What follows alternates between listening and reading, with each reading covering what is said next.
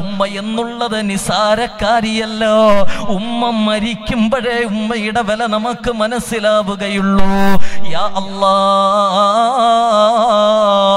ഇന്നലെ കോഴിക്കോടിനടുത്ത് താമരശ്ശേരി എന്ന് പറയുന്ന സ്ഥലത്ത് 25 വയസ്സുള്ള ആഷിഖ് എന്ന മുസ്ലിം നാമധാരിയായ ചെറുപ്പക്കാരൻ അല്ലാഹുവേ MDMA കഴിച്ചു.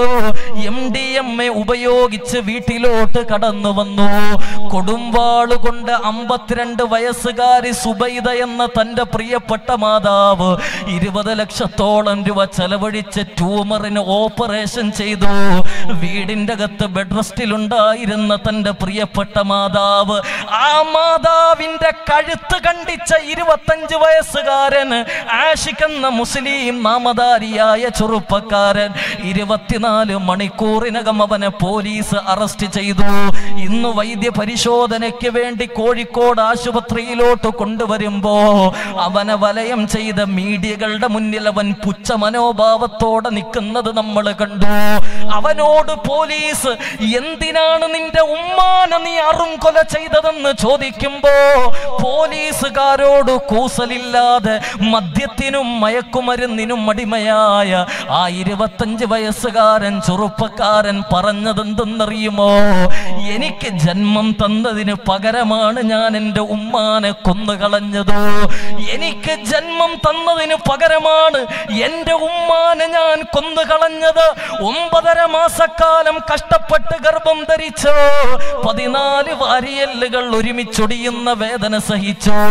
അവനെ ഈ ലോകത്തോട്ട് ജനിപ്പിച്ചതിന് പകരമാണ് ഞാൻ എൻ്റെ ഉമ്മാനെ കൊന്നുകളഞ്ഞതെന്നോ യാതൊരു കൂസലുമില്ലാതെ പോലീസുകാരുടെ മുന്നിൽ ആദ്യം മൊഴി കൊടുക്കുമ്പോ ഈ സമുദായത്തിന്റെ പോക്കെങ്ങോട്ടാണ്?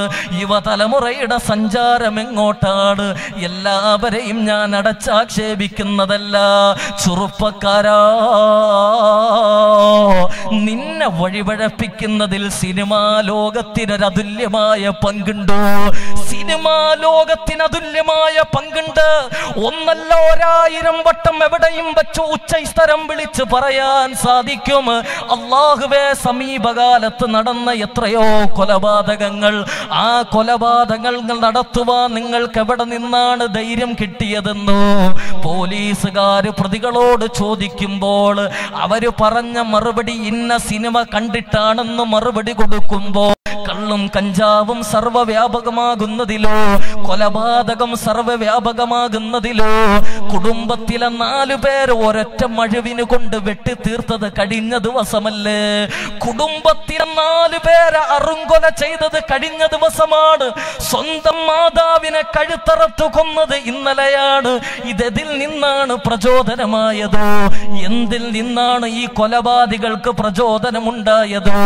ഒരൊറ്റ ഉത്തരമാണ്, സിനിമയാണ്. സിനിമയാണ് യുവതലമുറയെ വഴിതെറ്റിക്കുന്നത്. സിനിമയാണ്. മൊയ്ലാക്കന്മാര് വഅ്ള് പറയാൻ തുടങ്ങിയിട്ട് കുറെ നാളായല്ലോ. സിനിമയെ കുറ്റം പറയാത്തൊരു ഉസ്താദുമില്ലല്ലോ. എത്ര വേണമെങ്കിലും കളിയാക്കിക്കോ സഹോദരാ. വഅ്ള് പറയുന്നവനെ കളിയാക്കുന്ന കാലമാണ്. ഒരുപാട് പരിഹാസങ്ങൾ കേൾക്കാറുമുണ്ടോ? കർണാടകയിലും കാസർഗോഡും കണ്ണൂരും ഒക്കെ ഓടി നടന്ന് വഅ്ള് പറയുമ്പോ ആ വഅ്ളുകൾ ലൈവ് ടെലികാസ്റ്റ് ചെയ്യുമ്പോ അതിന്റെ താഴെ അശ്ലീലതകൾ എഴുതി വിടുന്ന ഒരുപാട് ആളുകളുണ്ടോ? ആരെന്തു പറഞ്ഞാലും ഒരു കുഴപ്പവുമില്ല. ആരെന്തു പറഞ്ഞാലും ഒരു കുഴപ്പവുമില്ല.